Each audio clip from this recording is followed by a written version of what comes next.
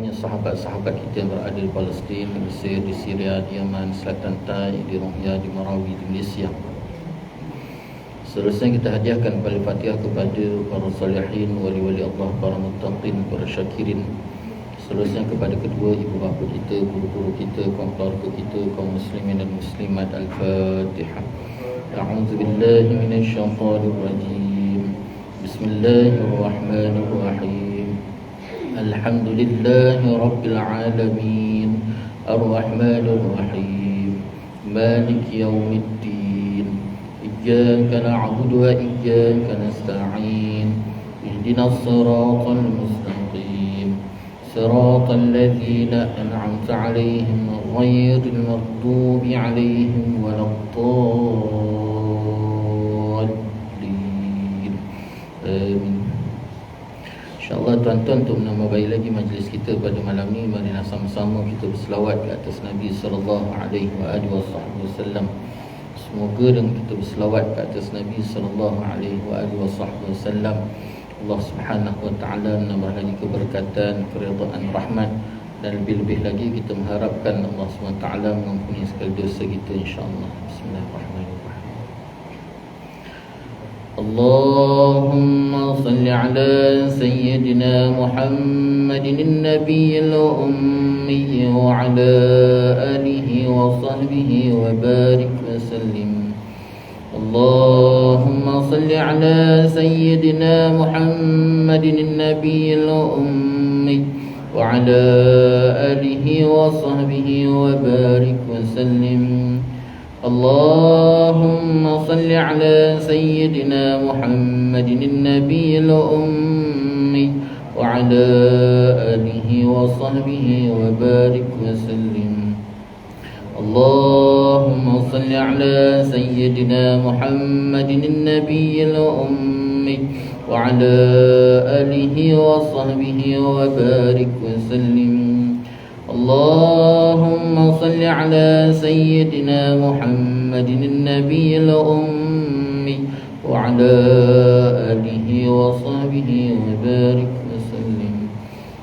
اللهم صل على سيدنا محمد النبي الأمي وعلى آله وصحبه وبارك وسلم.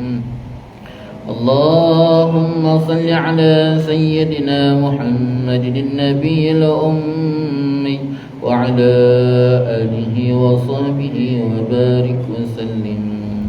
اللهم صل على سيدنا محمد النبي الأمي وعلى آله وصحبه وبارك وسلم. اللهم صل على سيدنا محمد النبي الأمي وعلى آله وصحبه وبارك وسلم. اللهم صل على سيدنا محمد النبي الأمي وعلى آله وصحبه وبارك وسلم. بسم الله الرحمن الرحيم. الحمد لله رب العالمين، وبه نستعين على أمور الدنيا والدين، والصلاة والسلام على سيد المرسلين خاتم النبي محمد صلى الله عليه وآله وصحبه وسلم، وعلى آله وأصحابه وتابعا لهم بإحسان إلى يوم الدين. سبحانك لا علم لنا إلا ما علمتنا إنك أنت العليم الحكيم. رب اشرح لي صدري ويسر لي أمري واحلل عقدة من لساني يفقهوا قولي. رب زدنا علما وارزقنا فهما. اللهم يسر ولا تعسر، رب تمم بالخير. يا فتاح يا عليم، افتح لنا فتوح العارفين. ولا حول ولا قوة إلا بالله العلي العظيم. ولا حول ولا قوة إلا بالله العلي العظيم. ولا حول ولا قوة إلا بالله العلي العظيم. أما بعد، قال الله تعالى في القرآن العظيم: أعوذ بالله من الشيطان الرجيم. بسم الله الرحمن الرحيم. ألم نشرح لك صدرك ووضعنا عنك وزرك الذي أنقض ظهرك ورفعنا لك ذكرك فإن مع العسر يسرا إن مع العسر يسرا فإذا فرغت فانصب وإلى ربك فارغب. صدق الله العظيم. Alhamdulillah, pertama-tamanya adalah sama-sama kita merafakkan rasa syukur kita kepada Allah Subhanahu wa taala. Dengan keizinan Allah Subhanahu wa taala dapat sama-sama kita bertemu dan kita bersua lagi pada malam ini. Dan sama-sama kita mengharapkan semoga pertemuan kita pada malam ini Allah Subhanahu wa taala penuhkan dengan keberkatan, keredaan, rahmat, dan lebih-lebih lagi kita harapkan sangat-sangat Allah ampunkan segala dosa kita insya-Allah. Dan insya-Allah kita akan sambung lagi bacaan kitab hadis 40 yang telah dikarang oleh Imam Nawawi rahimahullah taala dan telah disyarah, diterjemah dan disyarahkan oleh Al-Fadhil Ustaz Mustafa Abdul Rahman. InsyaAllah pada malam ni kita akan masuk pada 202 petunjuk. Yang lama tu tak lama yang ini 202. pada bulan tu saya nak akhir 202 petunjuknya. Hadis yang ke-14, Al-Hadithur Rabi' Asyara. Al-Hadithur Rabi' Asyara.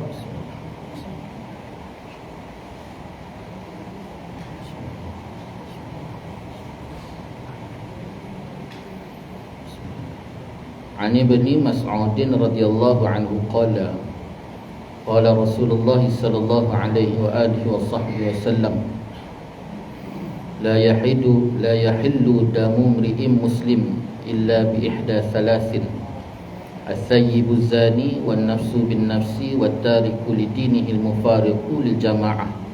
Rawahu al-Bukhari wal Muslim. Hadis yang ke-14 daripada daripada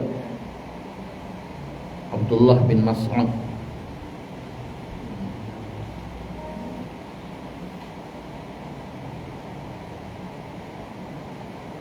telah bersabda, daripada Ibnu Mas'ud radhiyallahu anhu katanya telah bersabda Rasulullah sallallahu alaihi wasallam, tiada halal darah seorang Islam kecuali dengan salah satu daripada 3 perkara. Yang pertama, janda yang berzina. Yang kedua, jiwa dengan jiwa. Yang ketiga, yang meninggalkan agamanya, yang memisahkan daripada jamaah, iaitu kaum muslimin. Diriwayatkan daripada Bukhari dan Muslim. Ini masih lagi perbincangan kita, mak ayah yang dikasihi oleh Allah SWT. Hadis yang ke-14 daripada Ibnu Mas'ud radhiyallahu anhu, kata dia telah bersabda Nabi sallallahu alaihi wasallam. Nabi kata, la yahillu damu mri'in muslim, tak halal bunuh orang Islam. Maksudnya larangan Nabi SAW daripada kita membunuh orang Islam. Selagi mana dia bersyahadah, dia syahadah saja, sekalipun syahadahnya itu bermain-main, maka tetap dia dikira Islam. Ketika tu haram ke atas kita untuk membunuh dia. Nabi kata kecuali 3 perkara, kecuali 3 golongan. Yang pertamanya, orang perempuan ataupun orang lelaki yang pernah berkahwin lalu dia berzina. Ini darah dia halal. Kalau hukum had ke atas dia, iaitu rejam sampai mati. Kemudian yang kedua, nafsu bin nafsi, qisas. Qisas ni bunuh, si A bunuh si B, maka boleh ambil tindakan bunuh ke atas si A.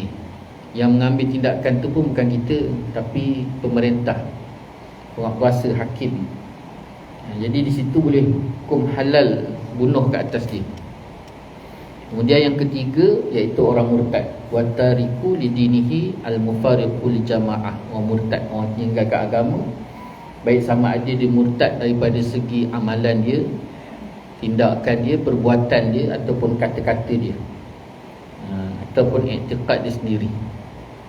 Jadi hakim bertanggungjawab untuk perintah ke atas dia supaya dia bertaubat, tarik balik perbuatannya tadi, maka engkar. Jika engkar daripada dia bertaubat dan kembali, maka ketika itu boleh ke atas hakim untuk mengambil tindakan bunuh atas dia. Ini 3 golongan yang dibenarkan bunuh dalam Islam. Selain daripada 3 tidak dibenarkan. Sebabnya bila berlaku peristiwa golongan kabilah yang engkar membayar zakat, sedia kita maklum bahawa Sayyidina Abu Bakar radhiyallahu anhu orang ni jenis lembut. Jadi waktu zaman Khalifah Sayyidina Abu Bakar tu timbul satu golongan yang tidak ataupun ingkar daripada membayar zakat. Berbeza dengan ijtihad Sayyidina Umar ketika itu, yang Sayyidina Umar sendiri melarang kerana dia melihat mereka daripada kalangan Islam lagi. Tapi bagi Sayyidina Abu Bakar, mereka wajib diperangi. Jadi bila wajib diperangi, sudah pasti bunuh.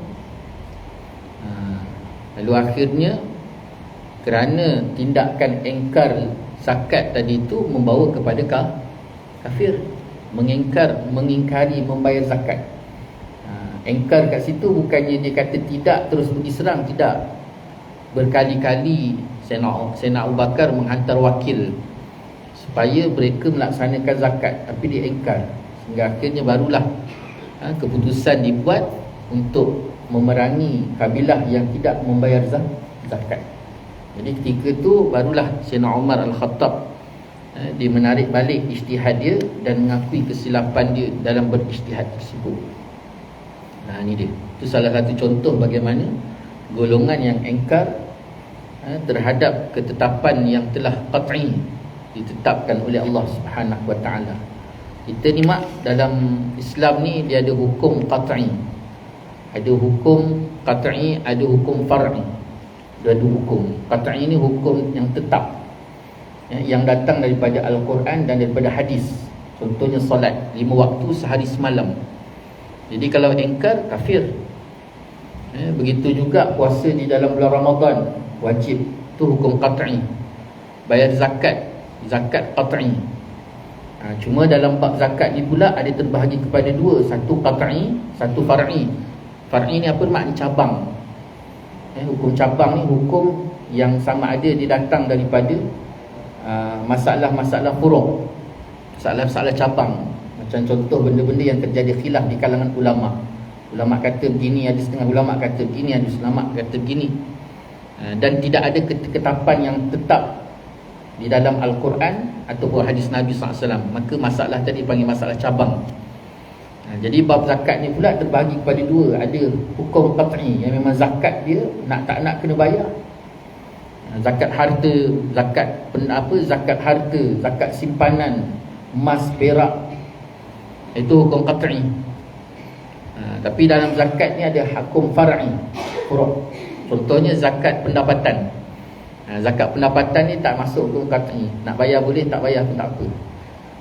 Sebab zakat pendapatan ni timbul setelah mutakhir ulama mutakhir ni yang menetapkan ataupun mewujudkan zakat pendapatan. Dan dia tak termasuk hukum qat'i. Cuma kita duduk dekat mana? Kalau duduk kat Malaysia, wajiblah bayar. Sebab apa? Sebab di Malaysia berpegang dengan pandangan ulama yang mengatakan bahawa zakat pendapatan tu wajib. Tapi dia tak termasuk hukum qat'i kerana ada ulama yang menolak. Kerana dilihat tidak ada haul, tidak ada nisab. Banyaklah yang diperbahas kat situ. Kerana dia tak termasuk qat'i. Itu contoh. Itu juga apa lagi yang qat'i. Selain daripada tu furu' cabang, contohnya seperti baca kunut. Itu tak payah nak bergaduh. Ada orang bacalah. Tak nak baca sudah. Tak payah nak bising-bising. Jangan nak bergaduh-gaduh. Itu je dah macam nak bunuh-bunuh lah. Kan? Banyak benda lain lagi. Tu arak, kilang arak tu. Tak ada pun siapa pergi bunuh. Betul-betul yang betul dia bunuh.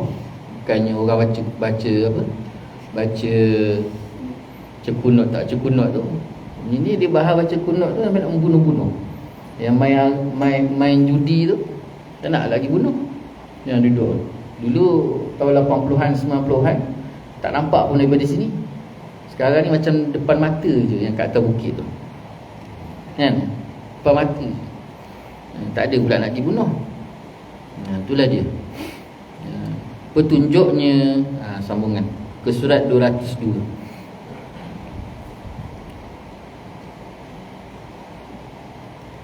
Syekh menyambung lagi kata-kata beliau, petunjuknya. Petunjuk ni maksudnya dilalah, petunjuk kepada hadis tadi. Kemana Nabi SAW nak tunjukkan hadis tadi? Itu maksud dia. Hadis yang ke-14 ini mengandungi beberapa petunjuk, iaitu yang pertama, menunjukkan bahawa agama Islam menjamin keselamatan kemerdekaan peribadi tiap-tiap seorang serta tetap memelihara kehormatannya sebagai hal yang mutlak yang dianggap asas bagi kehidupan di dunia ini. Jadi pertama sekali dalam hadis tu secara tak langsung Nabi SAW nak gambarkan keselamatan, jaminan keselamatan kepada seseorang yang mengisytiharkan dirinya Islam. Satu, maknanya ni bertepatan dengan Nabi SAW sebut Islam taslim. Islam taslim. Kamu masuk Islam, kamu selamat. Kamu Islam, kamu selamat. Itu maksud dia. Jadi bila dia duduk je dalam Islam dengan bersyahadah dan tidak menafikan apa yang ada di dalam Islam, tak engkar, taat, maka dia selamat. Itu satu. Kemudian yang kedua pula, dia bebas. Bila dia duduk dalam Islam, dia bebas. Bebas dengan makna apa? Itu kita kena faham pula. Bebas dekat situ, bebas daripada cengkaman pemikiran dan juga sesuatu yang merosakkan kehidupan di dunia dan lebih-lebih lagi merosakkan kehidupan akhirat. Itu maksud dia kat situ. Keselamatan maknanya darah dia terjamin. Tak mudah-mudah orang nak bunuh dia. Kerana bila orang bunuh dia, maka akan diambil hukum bunuh. Tak mudah-mudah orang nak fitnah dia. Bunuh tu satu hal, fitnah pun begitu juga. Bila orang fitnah kita, bukan mudah-mudah nak fitnah tu nak menular. Kenapa? Penjagaan dan pemeliharaan keselamatan atas dasar dia seorang Muslim, maka dia terpelihara daripada sesuatu yang boleh merosakkan diri dia, ataupun sesuatu yang boleh memberikan ancaman pada diri dia. Itu dikatakan selamat tadi, keselamatan tadi. Baik sama ada sesuatu benda yang datang secara fitnah. Kalau Abah ingat lagi tentang penerangan isu fitnah, Islam meletakkan bahawa bila seseorang membuat satu laporan tentang sesuatu isu, si A dia buat laporan, buat pengakuan tentang sesuatu isu, katalah zina. Dia datang jumpa hakim, dia bagi tahu, saya nak lapor bahawa si B tu dia berzina. Maka si hakim tadi, dia pertama sekali tindakan dalam Islam ialah meneliti semula si A yang membuat laporan tadi. Adakah dia ni mempunyai seorang yang mempunyai sifat adil ataupun tidak? Kan ni dia saksi, dia buat laporan. Jadi bila dia buat laporan, pengakuan dia tadi akan diambil dan hakim yang pertama sekali meneliti diri itu sendiri. Adakah dia ni orang yang adil ataupun tidak? Apa maksud adil kat situ? Adil yang dimaksudkan kat situ pertama sekali, dia mempunyai ataupun dia terhindar, terpelihara daripada sifat-sifat fasik. Apa yang dikatakan fasik? Fasik ni ialah orang yang berpakaian dosa kecil, tidak bertaubat dan kadang-kadang dia melakukan dosa besar. Contohnya apa? Contohnya pakai seluar pendek, basuh kereta petang-petang.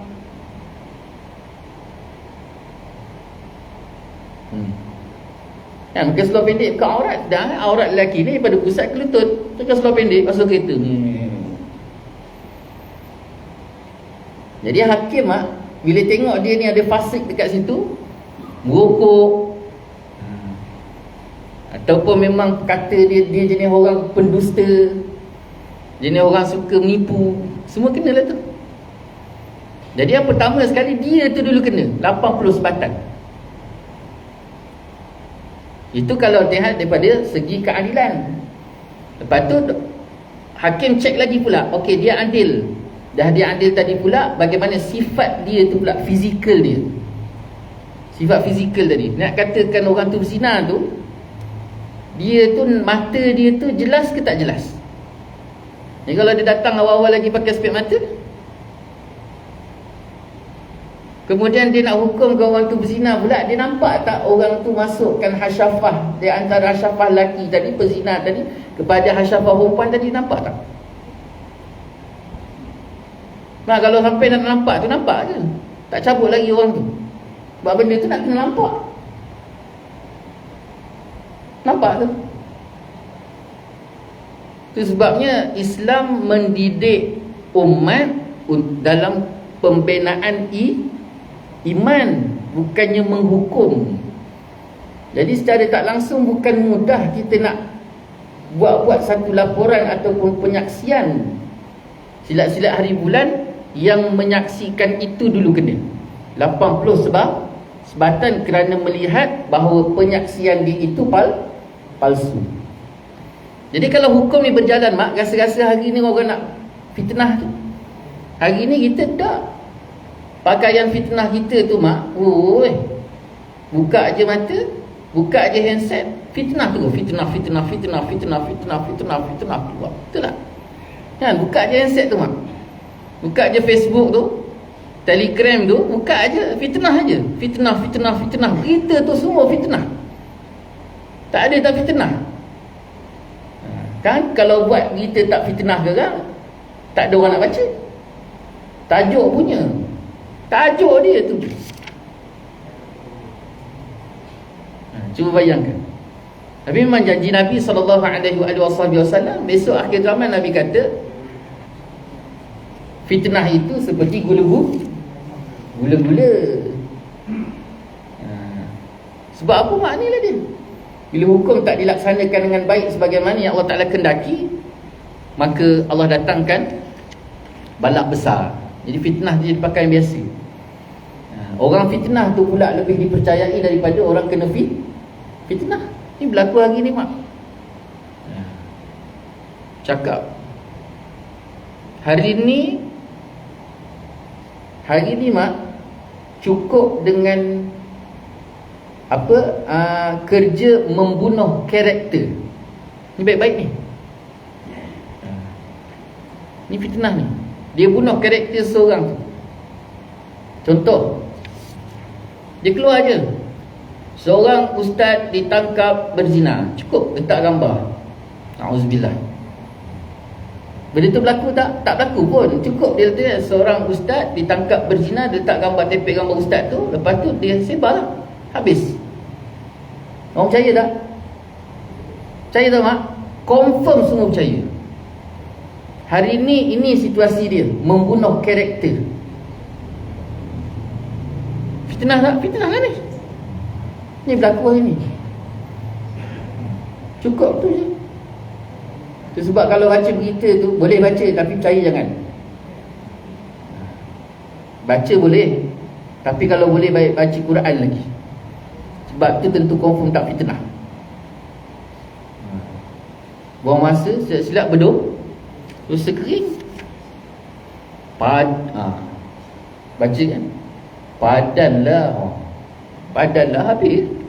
habis semua amal, mak. Jadi hati-hati, sangat-sangat berhati-hati. Itu fitnah. Kemudian yang kedua pula, bunuh. Bagaimana keselamatan kalau daripada segi hukum fitnah tadi, satu. Kemudian terselamat dan terpelihara daripada hukum mudah-mudah dibunuh. Abah datangkan satu kes di Malaysia, orang yang dilanggar dalam keadaan pemandu mabuk. Mana kes yang selesai hari ni? Tak ada. Apa nasib orang yang kena langgar sampai mati tu? Tak selesai sampai hari ni. Isu pemandu mabuk langgar orang mati. Hari ni nyawa macam tak ada apa-apa dah. Tu kes yang 6 orang satu keluarga langgar trailer tu, sampai bila tu? Tiap-tiap hari isu trailer langgar. Sampai bila? Memang satu part kita beriman dengan qada dan qadar, tapi kita ada tugas satu part yang satu angle lagi, iaitu jangan lupa kita ada marra'a minkum munkaran falyughayyir bi yadi fa illam yastati fa bi lisani fa illam yastati fa bi qalbi wa dhalika adhaful iman. Ni benda mungkar kena tangani.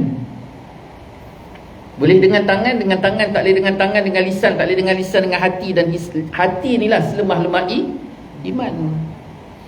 Ni tiap-tiap hari ni mak, isu trailer laga orang ni, siapa yang nak tangani? Ada tak dibincangkan? Takkanlah nak asyik qada qadar. Bukan kita nak marah qada qadar tu mungkar. Tu pemandu mabuk tu. Sampai bila pemandu mabuk tu? Isu pemandu mabuk sebulan sekali mesti ada mak. Pemandu mabuk tu, isu pemandu mabuk, langgar orang mati, tak selesai juga. Ni dia. Jadi sebab apa benda ni berlaku?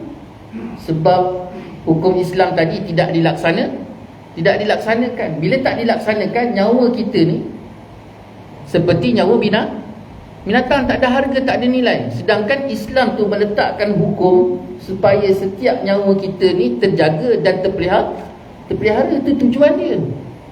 Bukan senang-senang. Paling-paling tidak pun abah, kalau katalah keluarga maafkan, okey, awak langgar anak saya maafkan. Maafkan tu pun, yang melanggar tu bila dapati disabit salah, dia kena bayar 100 ekor unta.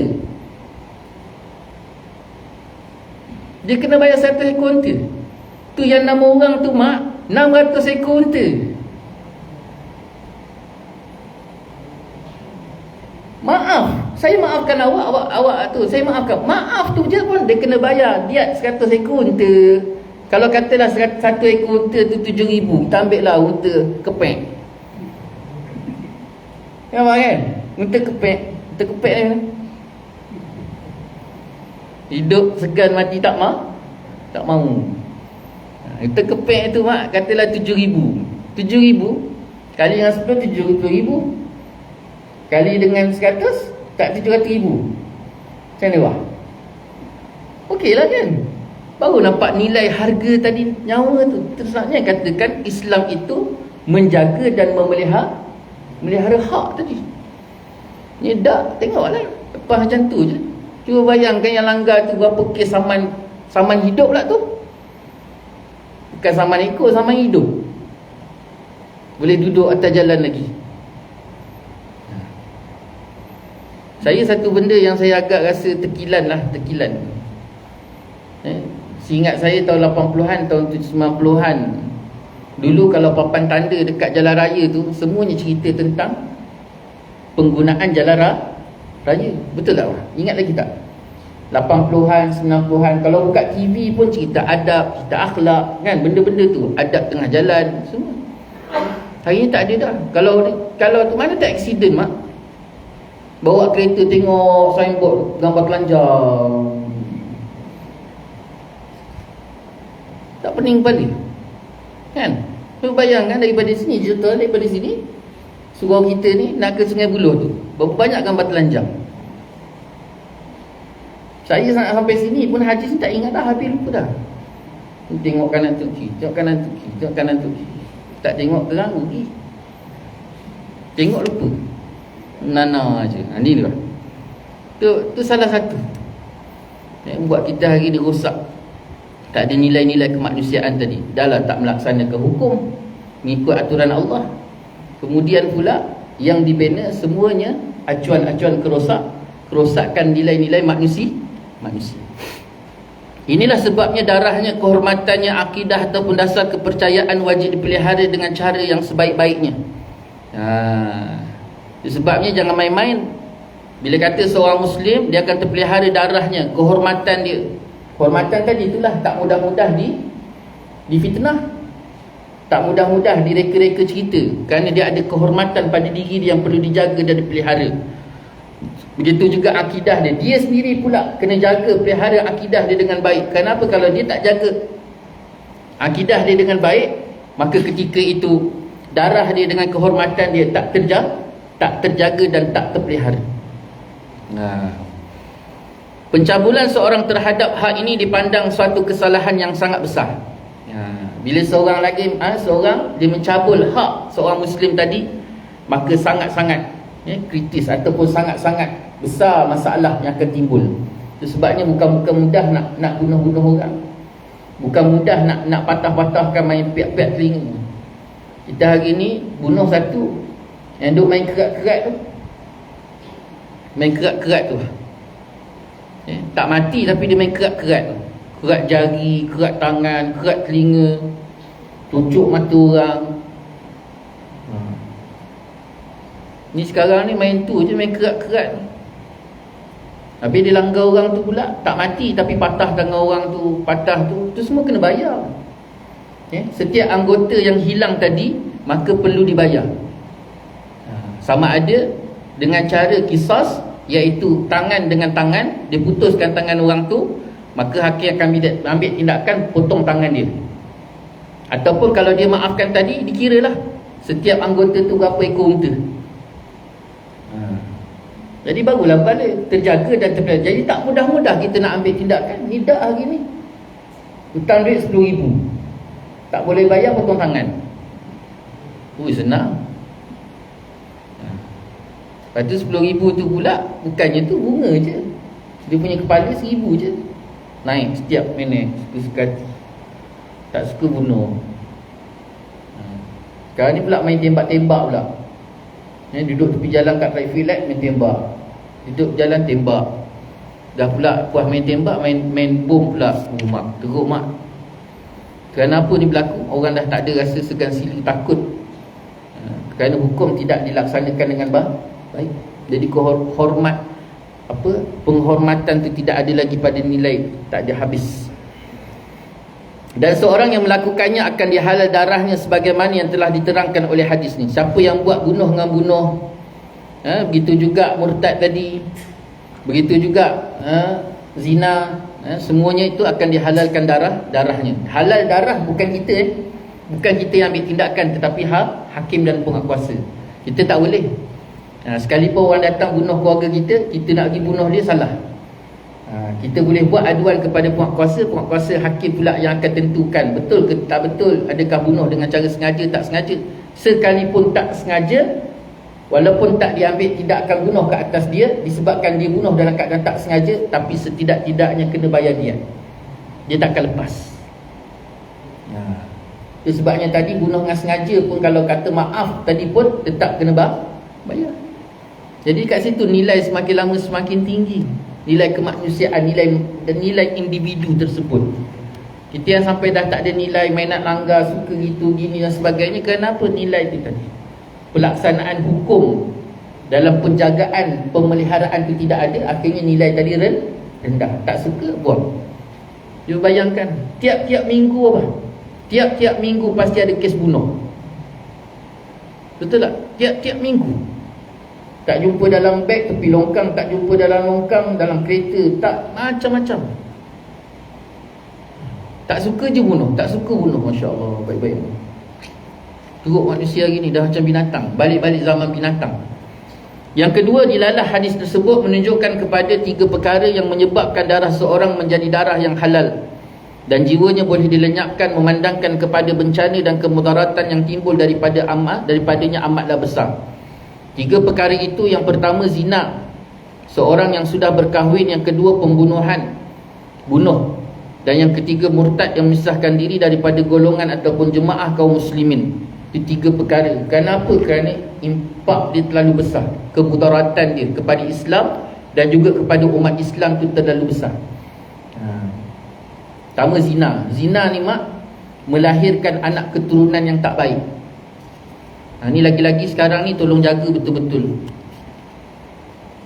Sangat-sangat berhati-hati.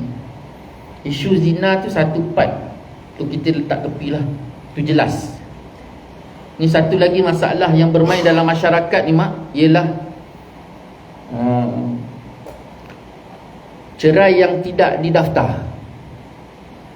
Dia bergaduh, dia cerai. Dia bergaduh, dia cerai. Ini jadi isu ni, isu besar ni dalam masyarakat. Yang zina tadi kita tolak tepi lah tu, itu memang jelas dah. Ni isu cerai ni. Si suami dia bergaduh dengan isteri, dia cerai isteri dia.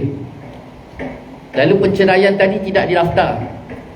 berapa kali dah dicerai, itu sebabnya kena daftar. Kenapa? Bila dia daftar, maka mahkamah akan menentukan perceraian tadi berapa talak yang jatuh. Itu penting tu. Sama ada talak 1, talak 2, itu perlu semua sekali tu. Jadi kalau katalah dia angin satu badan, saya pernah dapat satu panggilan seorang abang, "Ustaz, minta maaf Ustaz, saya nak tanya. Kawan saya dah biasa dah, orang sebut je kawan tu, dia lah tu." Mula-mula isteri dia telefon, "Assalamualaikum Ustaz, saya ni isteri abang ni gini-gini." "Kenapa kak?" "Tak ada, kawan saya dia tanya." Saya dah cepik je dalam telefon, kita cepik dia tak nampak. Gitu. "Kawan saya Ustaz, dia bergaduh dengan suami dia mabuk." Mabuk confirm. Mak talak yang dijatuh ketika mabuk automatik jatuh, memang jatuh. Sebab mabuk tu dia buat. Mabuk tu benda haram, dah Allah larang, kau buat juga. Itu bahasa orang Melayu kita kan. Yang kau pergi minum juga tu buat apa? Jadi walaupun dia talak dalam keadaan dia tak sedar, tetap jatuh. Jadi kakak tu kata, kawan dia ni, suami dia balik mabuk, lalu dia orang bertengkar, gaduh. Suami dia bengang, "Aku talak kau dengan 1000 talak." 1000 talak mak. Jadi saya kata ginilah kak, saya kata pergi Jabatan Agama lah. Pergi Jabatan Agama. Sebab bila kita rujuk Jabatan Agama, mahkamah akan tentukan 1000 tadi dia jatuh berapa. Saya tak ada autoriti untuk menetapkan. Dan sekarang ni hukum tak terlaksana sebab kita ada mahkamah syariah. Bila ada mahkamah syariah, hukum tak boleh. Kena rujuk mahkamah syariah. Lepas tu tak lama tu, habis tu macam mana tu Ustaz? Macam mana? Pergilah mahkamah syariah, saya kata kan. Jadi tak lama tu, abang tu pula telefon, kawan dia. Dia kawan dia juga. Saya tu banyaklah punya kawan. Rupanya betul. Tak sampai 10 minit dia telefon, "Ustaz, aku yang cabut talak isteri aku," dia kata. Kan betul? Dia kata, "Aku balik mabuk," dia kata. Jadi bergaduh dengan isteri dia talak. Talak pula bukan 1000. Talak 1000, lepas tu talak 4, macam-macam angka. Satu malam tu berangka-rangka. Jadi macam mana? Saya kata lebih baik pisah. Jangan duduk sama lagi. Takut kita tak pasti. Rupanya masalah besar lagi pula, nikah dia tu tak daftar. Nikah cowboy. Lagi masalah. Siapa yang nak tentukan? Ini lagi masalah ni. Sebabnya setiap talak pergi, walaupun pahit, walaupun kena denda, memang talak yang dijatuhkan luar mahkamah denda, akan dikenakan denda. Memang kena denda. Salah, satu kesalahan besar bagi suami menjatuhkan talak di luar mahkamah. Dia mesti depan hakim. Jadi biasa yang berlaku dijatuhkan tu dah tak daftar. Tak daftar satu hal. Bila tak daftar, kalau dia rujuk, cantik. Dia esok dia talak lagi, dia rujuk, talak lagi, rujuk dah berapa kali dah?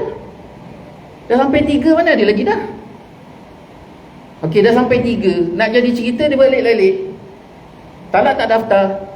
Apa jadi mak? Dia bersama. Bersama. Jadi apa mak? Zina. Jadi bila zina, nak jadi cerita pula, waktu dia bersama tu pula dapat anak. Anak tu pula anak perempuan. Anak tu anak perempuan. Lepas tu anak perempuan tu sampai umur 21 dia nak kahwin. Siapa nikahkan dia? Ayah. Mana ada hakim? Dia pun tak tahu. Bapak pun tak tahu. Mak pun tak tahu. Siapa nikahkan dia? Ayah dia. Sah tak nikah? Sah tak mak? Tak sah lah. Sebab tu kan bapak dia. Dia lahir atas zina tadi tu. Dah lepas daripada bain tu. Kahwin. Sah tak? Tak sah. Lepas tu dah berkahwin, kahwin tu kahwin tak sah tu. Lepas tu dapat anak. Anak tu pula anak perempuan. Anak perempuan tu pula kahwin. Yang kahwin pula bapak dia. Sah tak nikah dia? Rasa-rasalah isu ni dalam Malaysia banyak tak? Apa jadi mak? Itu sebabnya saya rasa hilangnya barakah tanah kita ni, inilah punca dia. Sebab saya lihat, saya nampak tahun 70-an, 80-an masyarakat terlalu jahil dengan hukum waktu tu. 60-an, 70-an waktu zaman Pok Yeye tu, tu waktu gawat sekali tu. Berapa banyak anak zina berlaku zaman. Yang zina rasmi tu dah zina dah. Ini zina yang apa panggil? Zina bersurat. Na'udzubillah min zalik, minta Allah Ta'ala pelihara kita. Itu sebabnya macam mana pun pergi Jabatan Agama rujuk balik setiap talak. Marah yang marah, tapi sampai satu ketika kena telan. Ini berlaku dalam masyarakat sangat-sangat. Ini memang bukan cerita saya, ni cerita Jabatan Agama. Masalah hari ni nak buat macam mana ni masyarakat ni. Itu sebabnya pendedahan ilmu tu sangat penting. Kita hari ni betul-betul nak melangkah kaki masuk dalam rumah tangga, belajarnya hanya 2 hari kursus nikah. Lepas tu tak ada dah, buat kerja masing-masing.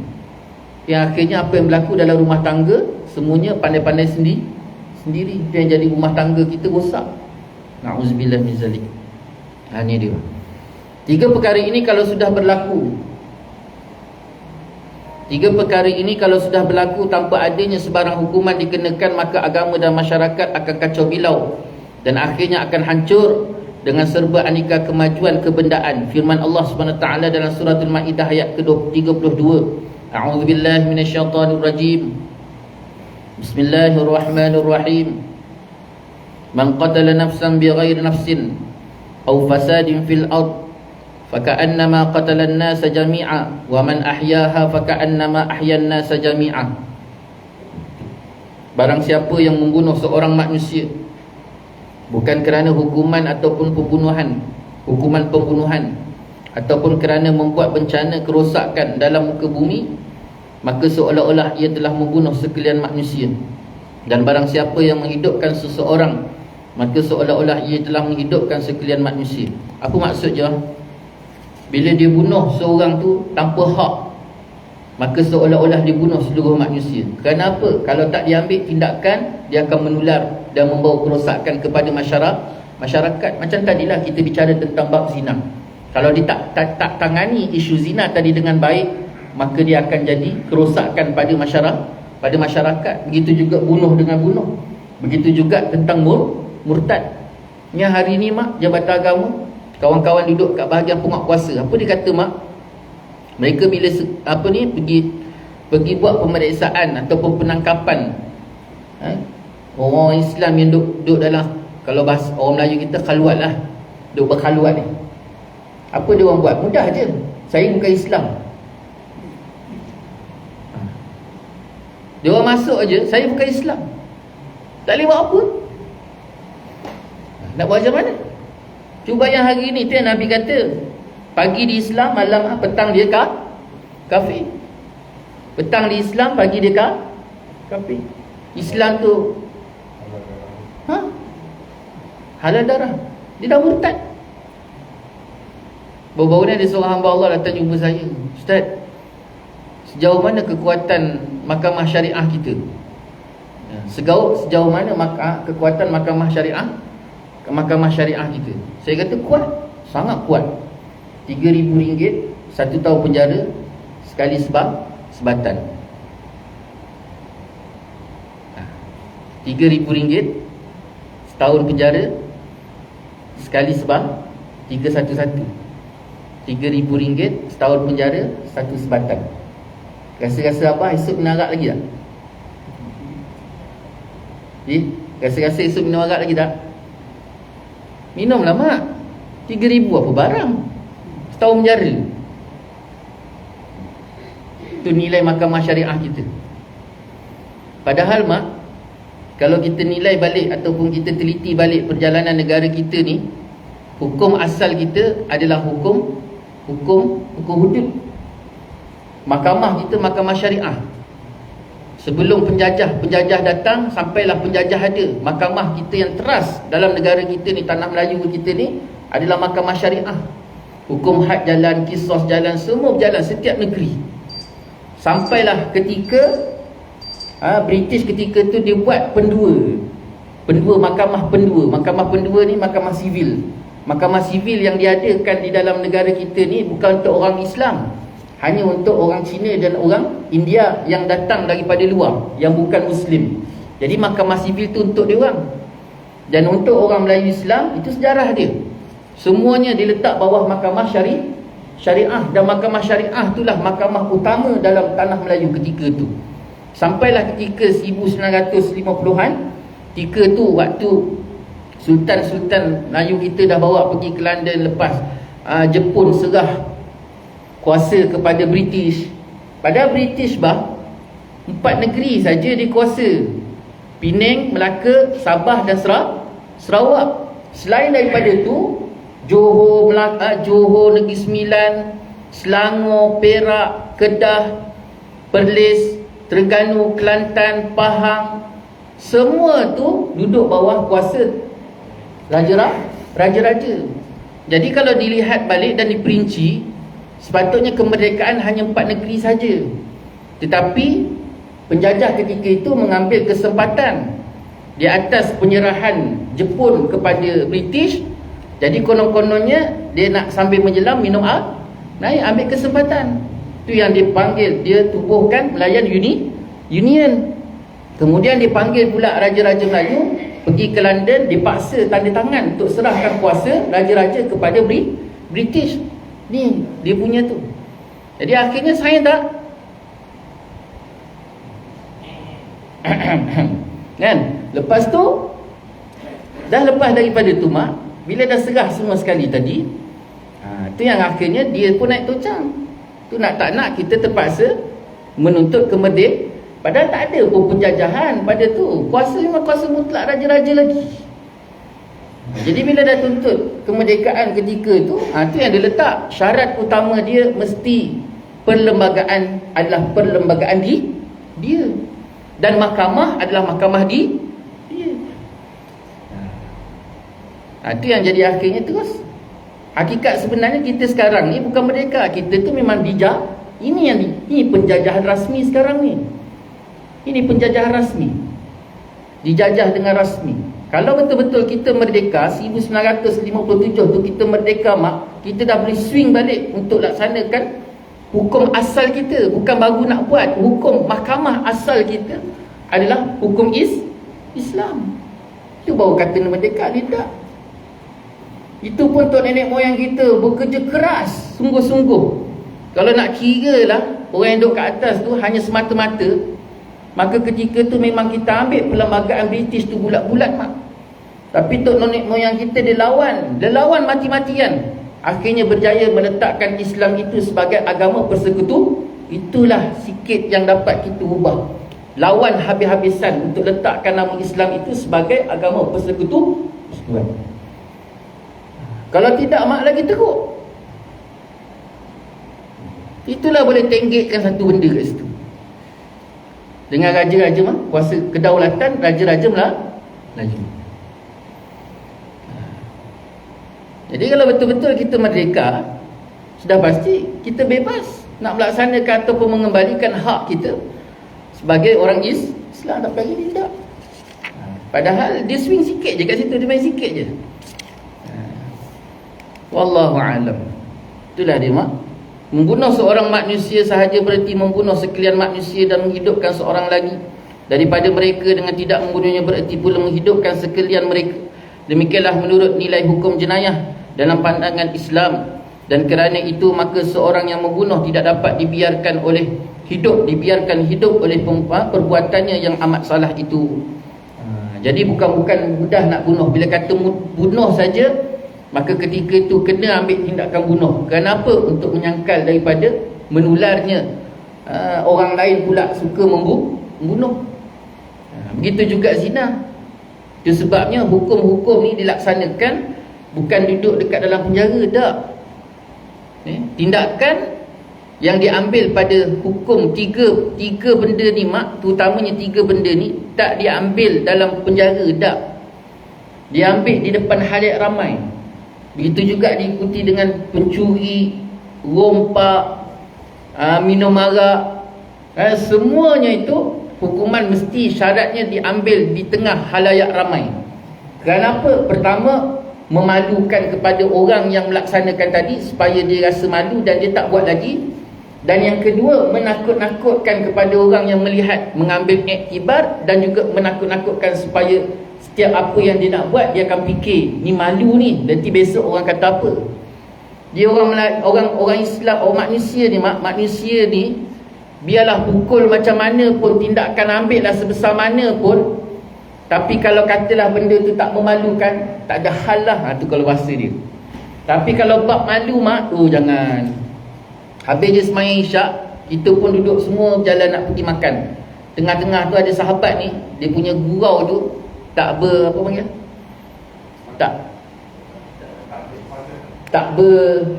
Tak bertapis. Dia pergi tariknya kain tu, londeh kain tu bah. Rasa-rasa datang suruh lagi tak?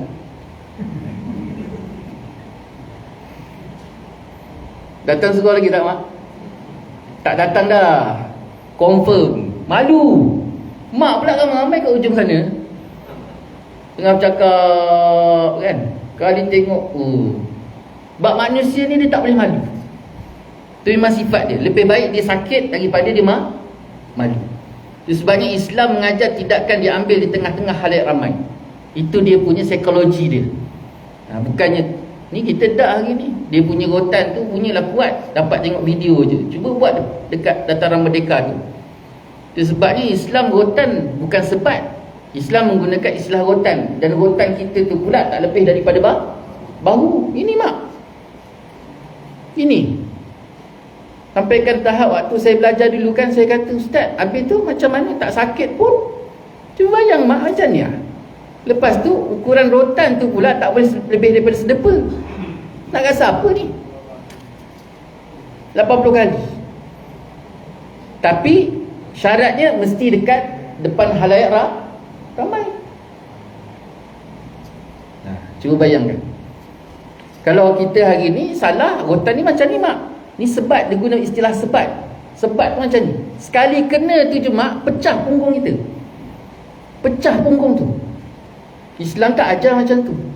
Tapi duduk kat mana? Duduk kat dalam penjara. Orang nampak tak? Tak nampak. Ada tak pengajaran? Tak ada. Esok orang lain buat tak? Buat. Sebab apa? Tak ada pengajaran, dan tak menakutkan. Ini istilah dia.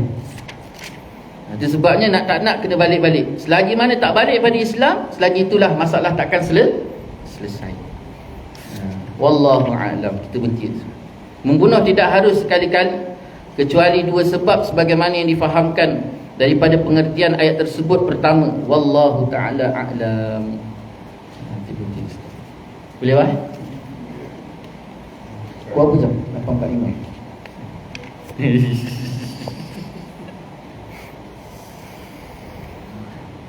Itulah sikit sebanyak dapat kita kongsi bersama pada malam ni. Banyak-banyak kita berdoa kepada Allah SWT supaya Allah berikan kita kefahaman yang baik, berikan kita taufik, hidayah, inayah, kita, pasangan kita, anak keturunan, pemeliharaan, penjagaan. Dan kita harapkan semoga apa yang Allah berikan pada dua tangan kita semuanya duduk dalam redha Allah, dan jangan sesuatu yang Allah berikan pada dua tangan kita menjadi sebab datangnya murka Allah. Minta Allah Ta'ala pelihara kita daripada sesuatu perkara yang tidak diingini, dan kita harap Allah letakkan redha, sabar dan juga tawakal dalam diri kita di atas segala ketetapan Allah, dan Allah berikan kekuatan untuk kita melaksanakan tugasan kita sebagai khalifah di atas muka bumi. Mar'a minkum munkaran falyughayyir biyadi fa illam yastati' fa biqalbi fa bilisani fa illam yastati' fa biqalbi wa dzalika aful iman. Allah Taala, jangan sampai kita termasuk golongan yang rasa yang menyesal dan rugi besok di akhirat di hadapan Allah Subhanahu wa taala. Yang baik itu daripada Allah, yang tidak baik itu punya sendiri. Saya mohon maaf di atas segala salah kata, salah bicara. Mohon maaf di atas segala-galanya. InsyaAllah kita tanggung majlis dengan tasbih kafarat dan subhanakallah walhamdulillah. Asyhadu an la ilaha illa anta astaghfiruka wa atubu ilaik. Bismillahirrahmanirrahim. Wal 'asri innal insana lafi khusr illa alladhina amanu wa 'amilus solihat wa tawassaw bil haqq wa tawassaw bis sabr. A'udzu billahi minasyaitonir rajim. Bismillahirrahmanirrahim. Alhamdulillahirabbil alamin. Wassallallahu ala sayyidina Muhammad wa ala alihi wa sahbihi wa baraka wa sallam. Allahumma rabbana zalamna anfusana wa illam taghfir lana wa tarhamna lanakunanna minal khasirin. Allahumma rabbana hab lana min azwajina wa dhurriyyatina qurrata a'yun waj'alna lil muttaqina imama. ربنا لا تزغ قلوبنا بعد إذ هديتنا وهب لنا من لدنك رحمة إنك أنت الوهاب ربنا أتنا في الدنيا حسنة وفي الآخرة حسنة وقنا عذاب النار وصلى الله على سيدنا محمد وعلى آله وصحبه وبارك وسلم والحمد لله رب العالمين تقبل الله منكم وبالله التوفيق والهداية والسلام عليكم ورحمة الله تعالى وبركاته.